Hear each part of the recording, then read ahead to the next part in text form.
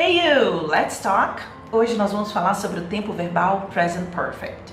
Sim, o queridinho que vocês acham que é macabro. Já vou dizer que a sensação de que esse tempo verbal é mais difícil é justamente por ele não ter uma referência na sua língua materna de como funciona. Quando eu não tenho algo equivalente na minha língua materna, quando eu vou aprender isso numa língua estrangeira, eu tenho a sensação de que é mais difícil. E na verdade é só porque você não tem uma referência daquela estrutura, tá bom? Bom, para a gente falar um pouquinho de Present Perfect, eu preciso primeiro diferenciar o Present Perfect do Simple Past. O passado simples eu uso para falar de ações concluídas em um tempo determinado no passado, ok? Por exemplo, I worked a lot last week. Então eu trabalhei muito a semana passada. Quando eu digo na semana passada e a semana já acabou, logo entende-se que minha ação foi concluída. Começou, acabou, já era. Certo? Agora, quando eu uso uma frase no Present Perfect, eu não sei se essa ação foi concluída e se ela foi concluída, eu não sei quando. E ela tem um impacto ou uma relevância no meu presente. Então, usando o mesmo exemplo com trabalhar, eu posso dizer I've worked a lot lately. Trabalhei muito ultimamente. Now I'm exhausted. Agora estou cansada. Ou seja, eu falei que eu trabalhei muito em um passado, falei que isso tem um impacto no meu presente, afinal, eu estou exausta, mas eu não sei quando que eu comecei a trabalhar nesse passado, nem quando eu terminei esse trabalho, né? Eu trabalhei muito, né? Mas não sei quando, ou eu tenho trabalhado muito, não tem data de início, não tem data de fim. Há situações, no caso de Present Perfect, que eu vou ter até a data de início, mas eu também não vou ter a data de fim. Como, por exemplo, I have been a teacher since 2006. Né? Então, eu sou professora desde 2006. Quando eu falo que eu sou professora desde 2006, eu estou tendo uma data de início, mas eu não tenho data de fim. Né? Ou quando eu digo I've worked as a teacher for over 13 years or almost 15 years.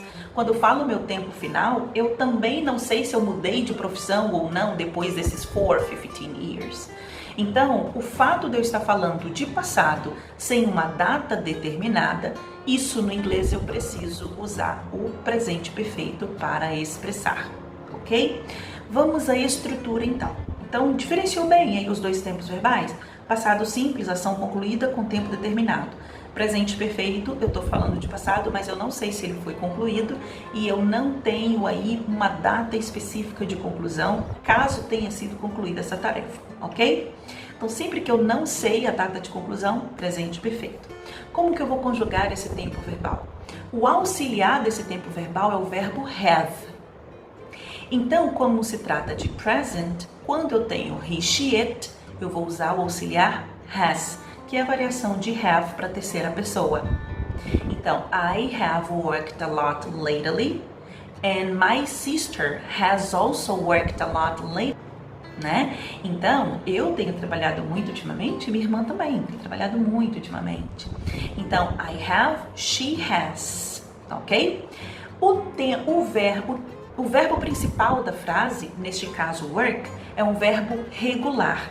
Para todos os verbos regulares, dentro do Present Perfect, ele continua com aquela regrinha de AD, tá bom? Porque o verbo principal eu coloco no particípio passado e os verbos regulares no particípio passado seguem a mesma regrinha do AD que a gente aprendeu lá no passado simples, tá? Já os verbos irregulares, aí eles são diferentes. Por quê? Quando eu pego uma lista de verbo irregular, ela é organizada. Primeiro infinitivo, depois vem o passado simples, depois vem o passado particípio daquele verbo.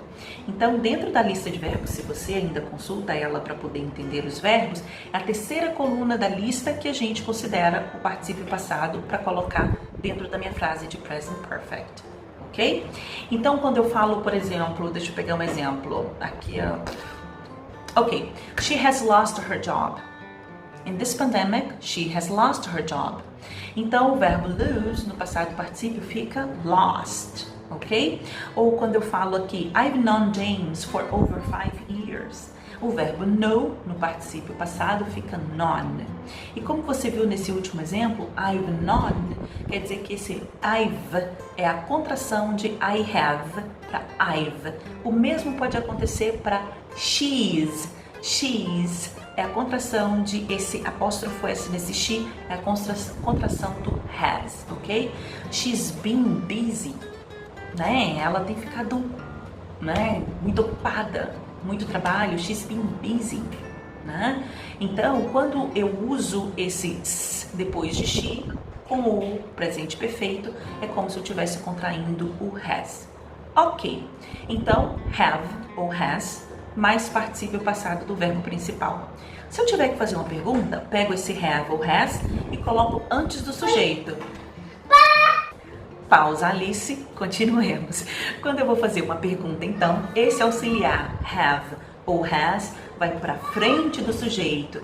Have you done your homework? Você já fez seu dever de casa? Has she come here lately? Ela tem vindo aqui ultimamente, né? Então esse have, has vai para antes do sujeito. O restante segue o baile. Verbo no particípio passado, normalmente, ok? Quando eu vou fazer uma negativa no present perfect, esse have e esse has, ele acrescenta a partícula not. Posso falar have not, ou has not, ou haven't, ou hasn't, tá? You haven't done your homework lately. She hasn't come here lately. Né? Você não tem feito seu dever de casa ultimamente, ou ela não tem vindo aqui ultimamente, né? Muito bem. Então, essa é a estrutura. Observe que as perguntas são sempre a mesma coisa. Auxiliar, sujeito, verbo, complemento. Ok? As negativas, você tem notado que independente do tempo verbal, elas são do mesmo jeito? Auxiliar, sujeito, né? Aliás, sujeito, auxiliar na negativa, verbo e complemento? Mesma coisa?